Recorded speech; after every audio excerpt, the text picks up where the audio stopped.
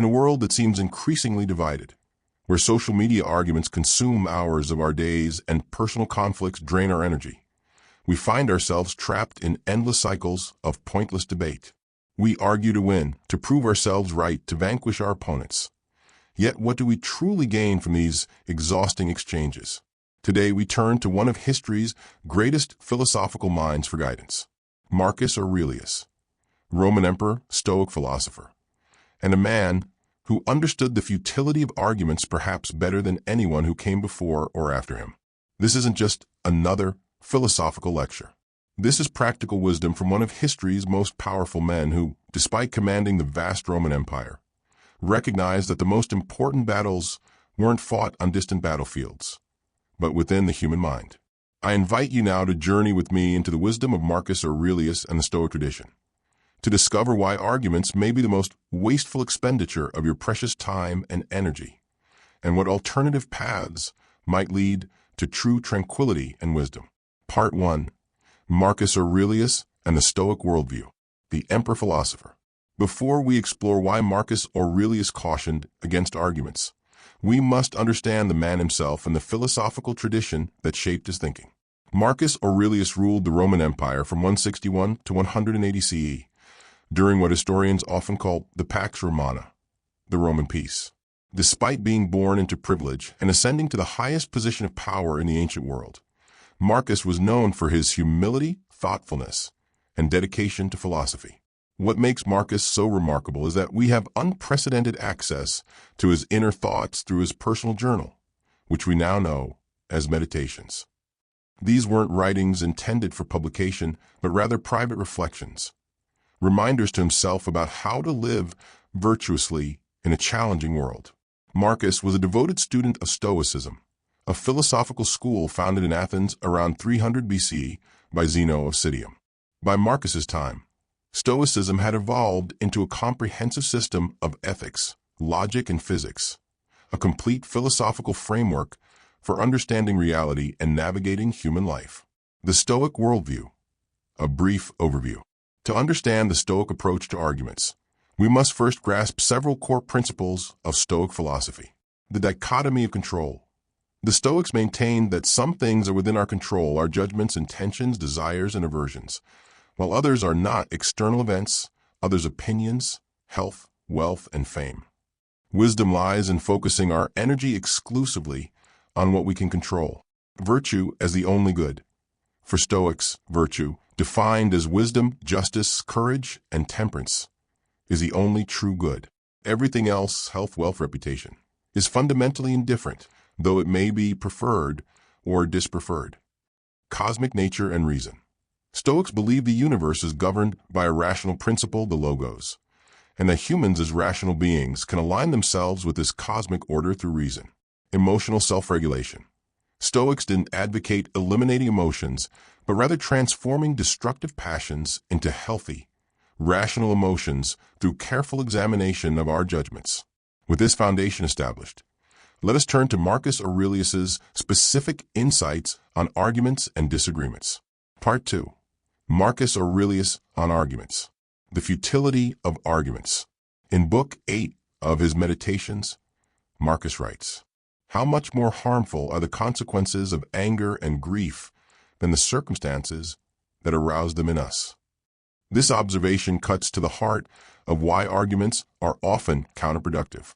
When we argue, we typically do so from a place of emotional reactivity, anger, indignation, or pride.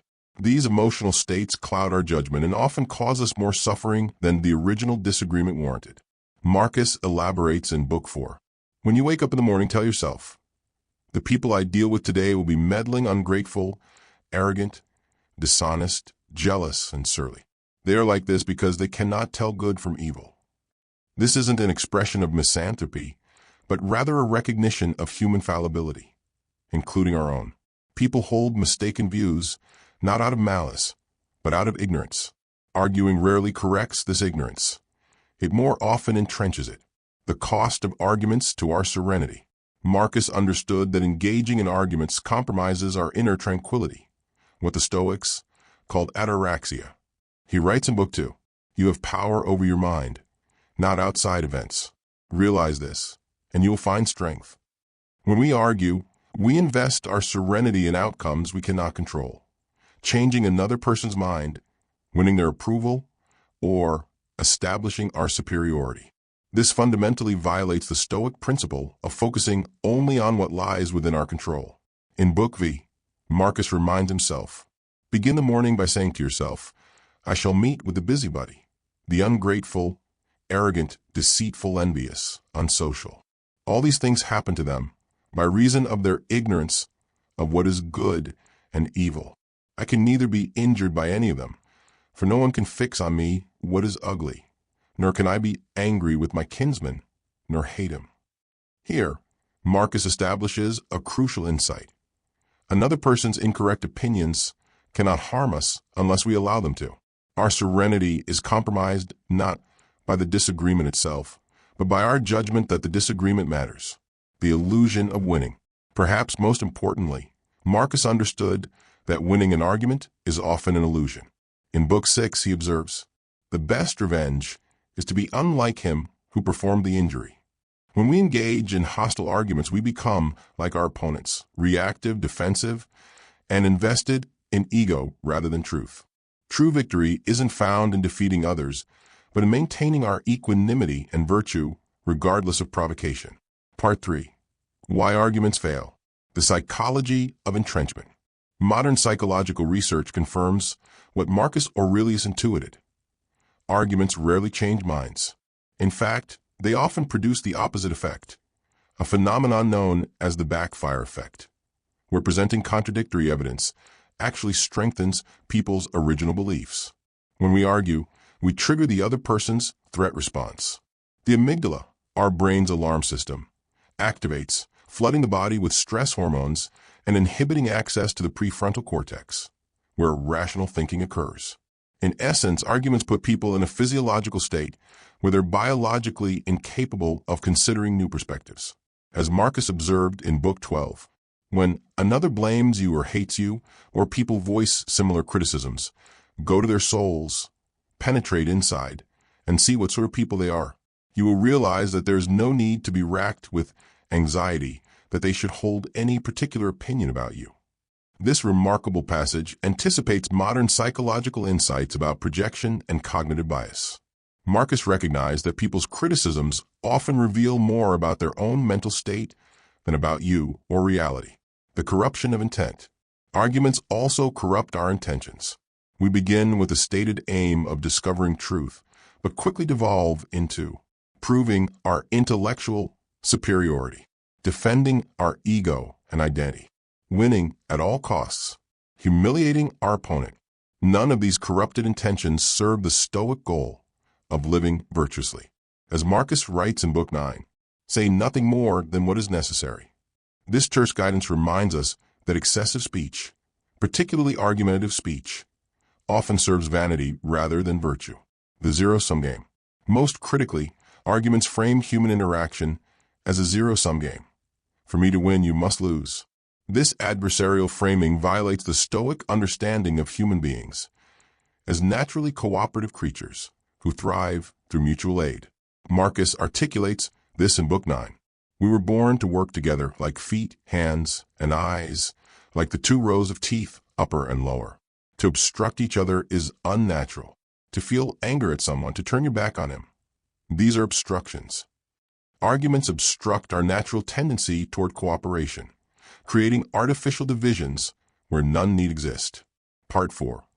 The Stoic alternatives to arguing. 1. Practice empathetic understanding. Rather than rushing to counter someone's position, Marcus advises us to first understand it deeply. In Book 6, he writes, whenever you are about to find fault with someone, ask yourself the following question. What fault of mine most resembles the one I am about to criticize? This practice of self-reflection before criticism helps us approach disagreements with humility rather than arrogance. It recognizes that we likely harbor similar errors in our own thinking, making us more gentle and effective in our communications. Marcus elaborates in Book 8. Practice really hearing what people say. Do your best to get inside their minds. This isn't just about listening to their words, but understanding the fears, desires, and beliefs that motivate those words. When we truly understand another's perspective, we often find that the disagreement dissolves or transforms into something more productive. 2. Focus on shared truths. Instead of emphasizing points of disagreement, Marcus suggests focusing on what we share. In Book I, while listing qualities he admired in his adoptive father Antoninus Pius, he notes his willingness to take adequate time for ordinary needs, not prolonging discussions out of pride.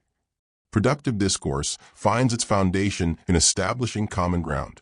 Before addressing disagreements, identify shared values, facts, and objectives. This creates a collaborative rather than combative atmosphere. As Marcus observes in Book 4, we are all working together to one end, some with knowledge and design, and others without knowing what they do. This recognition of our fundamental unity can transform potential arguments into opportunities for mutual enlightenment. 3. Question your judgments. Central to Stoic practice is examining our judgments, the interpretations we add to bare facts. Marcus constantly reminded himself to question these judgments. In Book 8 he writes, "Remove the judgment, and you have removed the thought, I am hurt. Remove the thought, I am hurt, and the hurt itself is removed." When we feel the urge to argue, we should pause and identify the judgment causing our emotional reaction. Is someone truly wrong, or do they simply have a different perspective informed by different experiences? Is their opinion actually harmful or merely different from our own? 4. Practice strategic silence. Perhaps the most powerful alternative to arguing is strategic silence. Marcus valued brevity and knew when silence served virtue better than speech. In Book 3 he advises, "Let not your mind run on what you lack as much as on what you have already. Of the things you have, select the best, and then reflect how eagerly you would have sought them if you did not have them." This practice of grateful reflection rather than endless discourse preserves our energy for what truly matters. In modern terms, we might call this choosing your battles. But for Marcus, it went deeper. It wasn't just about conserving energy, but about maintaining inner coherence and peace regardless of external discord. 5. Lead by example, not argument. Finally, Marcus understood that transformation comes through demonstration, not debate. In Book X he notes, "Waste no more time arguing about what a good man should be. Be one." This powerful statement reminds us that embodied virtue persuades where arguments fail. By living according to Stoic principles, showing courage, justice, wisdom, and temperance in our actions, we influence others more profoundly than we ever could through verbal jousting. Part 5. When discourse is necessary. Productive versus unproductive discourse. Despite his caution about arguments, Marcus did not advocate complete silence or disengagement from intellectual exchange. In Book 3 he acknowledges, "If someone can prove me wrong and show me my mistake in any thought or action, I shall gladly change. I seek the truth, which never harmed anyone." The harm is to persist in one's own self-deception and ignorance. This openness to correction distinguishes productive discourse from futile argument. The key differences include productive discourse, mutual pursuit of truth, emotional equanimity, willingness to change one's mind, focus on ideas rather than personalities, collaborative rather than competitive, unproductive arguments, desire to win or dominate, emotional reactivity, entrenchment in positions, personal attacks and defensiveness, zero-sum mentality, speaking truth to power. As emperor, Marcus understood the necessity of speaking truth when justice demanded. In Book X he writes, wrong yourself, my soul, but you will no longer have the opportunity of honoring yourself. Everyone's life is short. Yours is almost finished, and still you do not regard yourself, but place your happiness in the souls of others. This suggests that failing to speak necessary truths, particularly when justice is at stake, dishonors our own soul. There are times when silence becomes complicity and speech becomes duty. The key distinction is intention. Are we speaking to serve truth and justice, or merely to serve our ego? As Marcus reminds himself in Book 12. In the gymnastic exercises, suppose that a person has torn you with his nails and by butting against you with his head has inflicted a wound. We neither show any signs of vexation, nor are we offended, nor do we suspect him afterwards as a treacherous person. Even when we must engage in difficult conversations, we can do so without hostility, treating the exchange as practice for virtue rather than combat. The Socratic method. When engagement is necessary, Marcus's writings suggest an approach reminiscent of Socratic dialogue, asking thoughtful questions rather than making assertive statements. In Book 8, he notes, "Nothing happens to any man that he is not formed by nature to bear." This applies to intellectual challenges as well as physical or emotional ones. By framing discourse as questions rather than declarations, we invite others to discover truth alongside us rather than forcing it upon them. Modern research confirms the effectiveness of this approach. People are far more receptive to questions that stimulate their own thinking than to direct statements that trigger defensiveness. Part 6. Practical application for modern life. Digital arguments and social media. Marcus Aurelius could never have imagined Twitter, Facebook, or Reddit, platforms seemingly designed to maximize argumentative exchanges. Yet his principles apply perfectly to our digital age. Question the impulse to respond. When you feel compelled to argue online, pause and ask, "Is this within my control? Will engaging serve virtue?" Consider the context. Public arguments on social media rarely change minds and often serve only to entrench opposing views more deeply. Value your attention. As Marcus writes in Book 2, you could leave life right now. Let that determine what you do and say and think. Our time and attention are finite resources. Are online arguments worth these precious moments?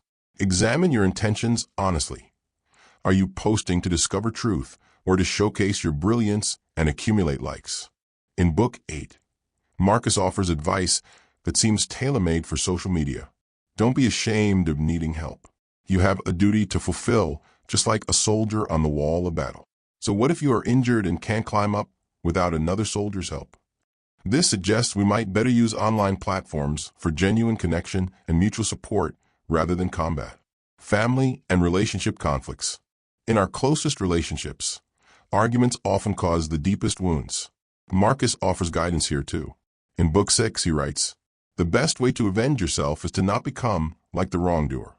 When family members or partners provoke us, responding with equal hostility only perpetuates cycles of conflict.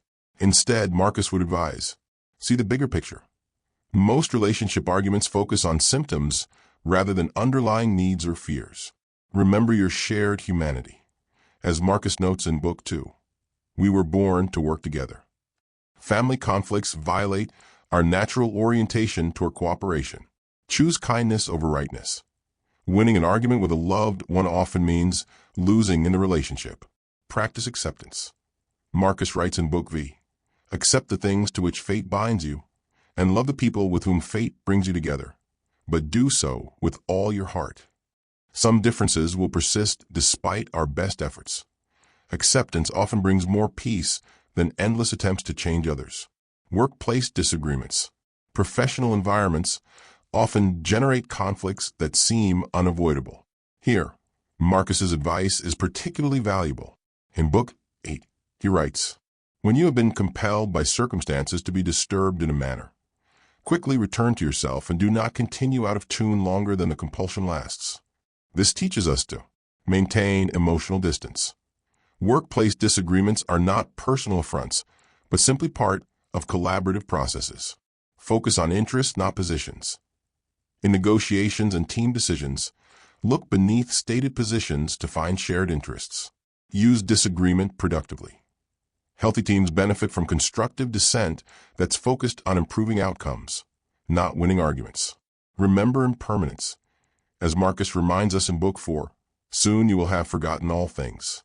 Soon all things will have forgotten you. No workplace conflict is worth prolonged internal disturbance.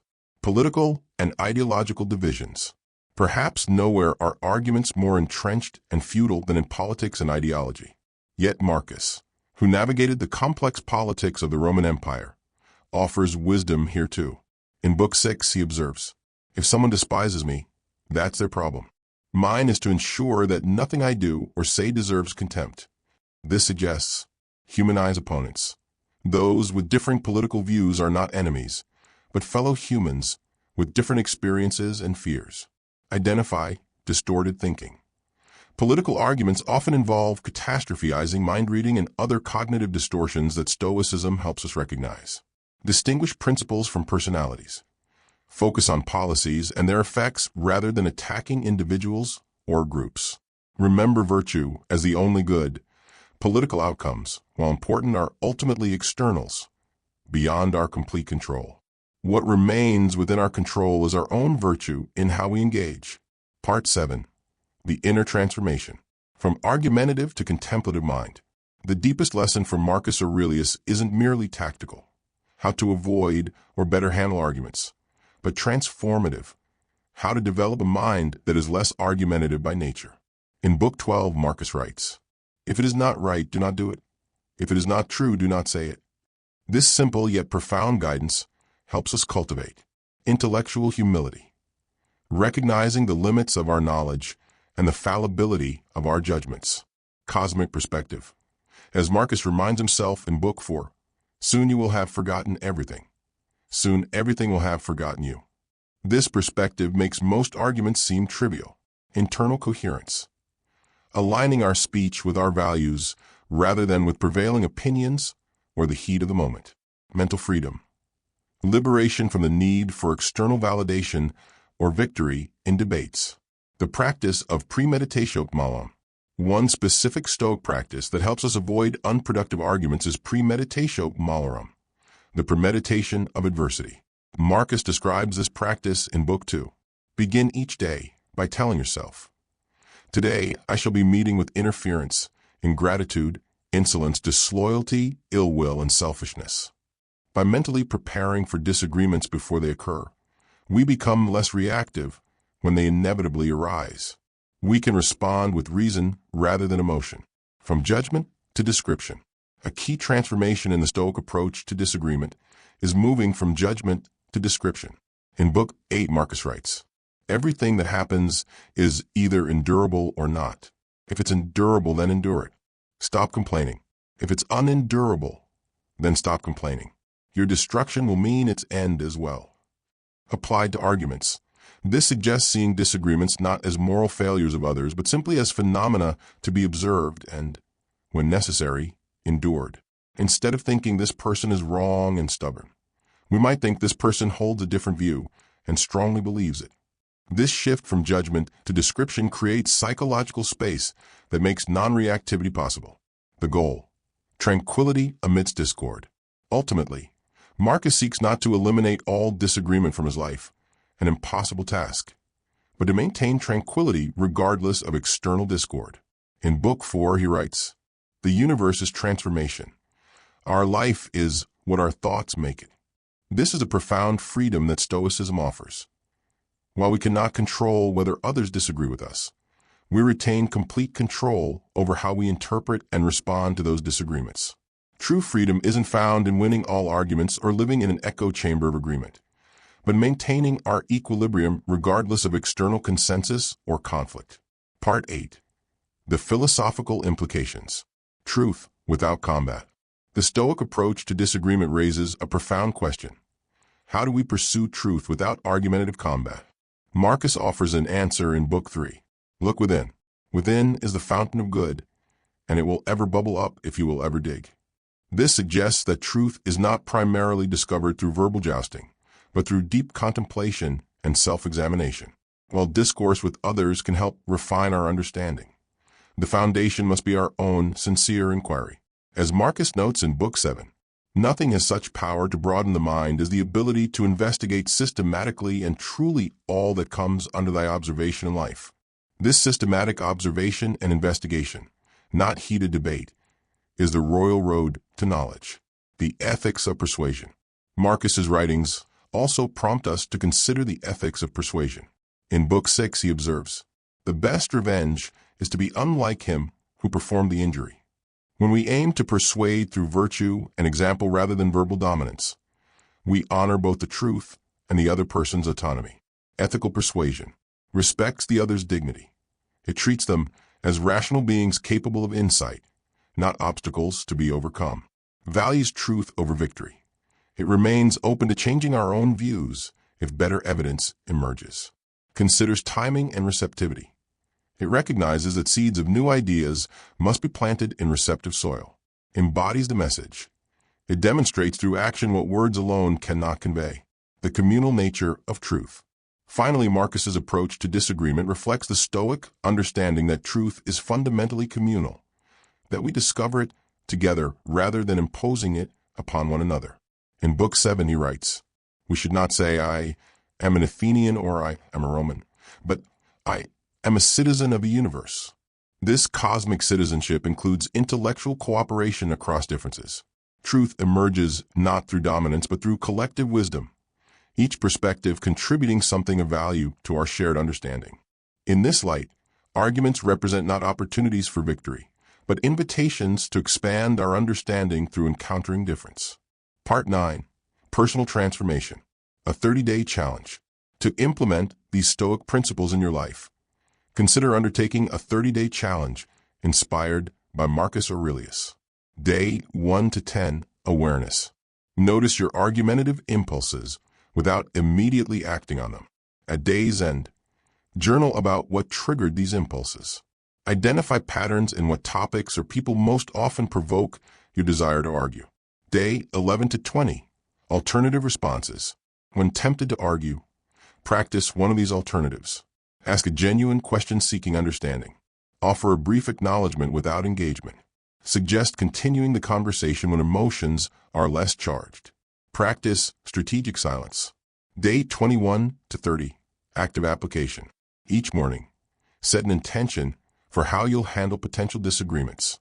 Practice seeing disagreements as opportunities for growth rather than combat. Reflect each evening on how your responses aligned with Stoic principles. Measuring progress.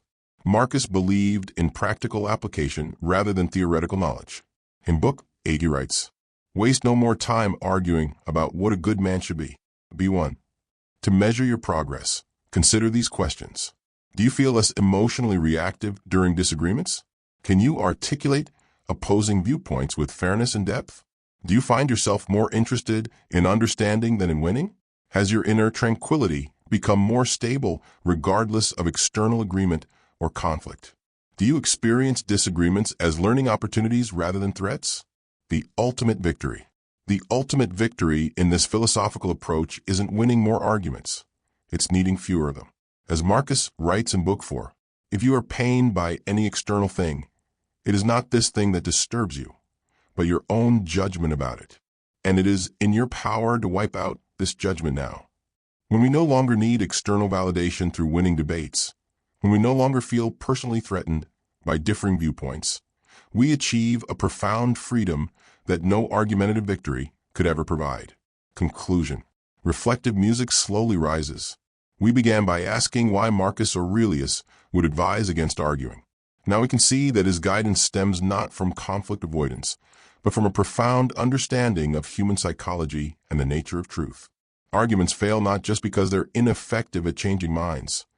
The research confirms they largely are, but because they miss the deeper purpose of human communication: to connect, to understand, to grow together in wisdom. Marcus Aurelius, though Emperor of Rome, understood that true power lies not in dominating others through forceful rhetoric, but in mastering ourselves through philosophical practice. In Book 6, he writes what might serve as the perfect summary of his approach. The best revenge is to be unlike him who performed the injury.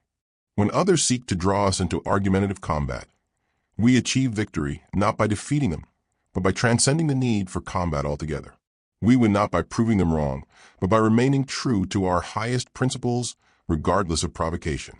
This isn't passive surrender but active wisdom, recognizing, as Marcus did, that our brief lives are too precious to waste in fruitless conflicts that change few minds while hardening many hearts. Let us close with perhaps his most profound insight on this topic, from Book 7. Look within. Within is the fountain of good, and it will ever bubble up if you will ever dig. The answers we seek through external arguments often lie within our own hearts, accessible not through combat, but through contemplation. And the peace we seek through winning conflicts awaits us in the tranquility of a mind aligned with nature and virtue. May we all find the wisdom to argue less and understand more, to seek truth together rather than victory alone. Music fades. References and further reading. Primary sources: Marcus Aurelius, Meditations. Gregory Hayes translation recommended. Epictetus, Discourses and Enchiridion. Seneca, Letters from a Stoic. Modern works on Stoicism. Ryan Holiday, The Obstacle is the Way. Massimo Pigliucci, How to be a Stoic. Donald Robertson, How to Think like a Roman Emperor. William B. Irvine, A Guide to the Good Life. The Ancient Art of Stoic Joy. Psychology of Arguments. Jonathan Haidt, The Righteous Mind. Daniel Kahneman, Thinking, Fast and Slow. Peter Boghossian and James Lindsay, How to Have Impossible Conversations. Communication and Conflict Resolution. Marshall Rosenberg, Nonviolent Communication. Douglas Stone, Bruce Patton, and Sheila Heen, Difficult Conversations. William Ury, Getting Past No. Philosophical Perspectives. Pierre Haddett, Philosophy as a Way of Life. Michel Foucault, The Care of the Self. Martha Nussbaum, The Therapy of Desire.